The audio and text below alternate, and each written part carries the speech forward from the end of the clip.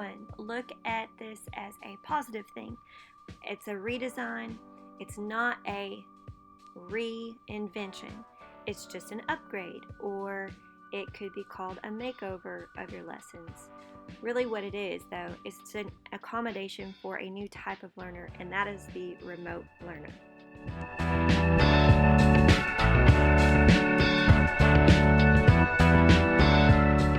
The second thing that you're going to want to do is to take inventory of two different things. The first thing is an inventory of successful lessons that you've used in the past, materials that you love that you cannot compromise.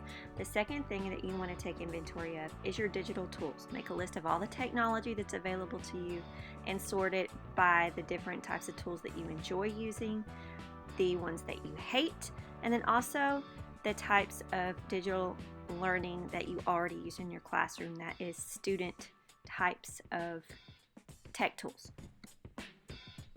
The next thing you want to do is when you rework things, you want to keep it simple. Give just the basic information, keep it short and sweet, and also only try out one new tech tool at a time. The next thing you want to do is to keep exploring new ways of doing things. So one thing that you can do is maybe play with different types of class formats and routines. What I'm going to try to do is give instructions through Google Meets, and then they can do their intro activity, the introductory lesson, and the different activities that are reinforcement activities through a pre-made video. Then they can do some kind of assessment through maybe something like quizzes, and then we can have class discussion again through Google Meets. And then maybe add a few activities that are online. You want to research whatever tech that you use before you jump into whatever tech you're going to be using. If you want to see it in action, YouTube it. Now don't follow the hype though. If it looks really cool and really awesome, don't get it just because it looks really cool and really awesome.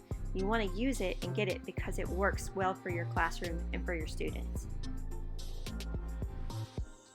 The last thing that you want to do is to play out your strengths. And what I mean by that is you need to think about what it is that makes you an awesome teacher and use that. That's going to be the guide for your lessons and how you modify them and make those accommodations for those new types of students that are going to be remote learners.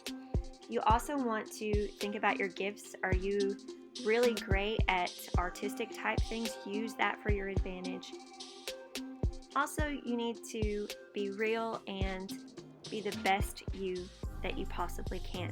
Just because you're going to be teaching with an online presence, it doesn't mean that you have to become the Facebook or Instagram version of yourself.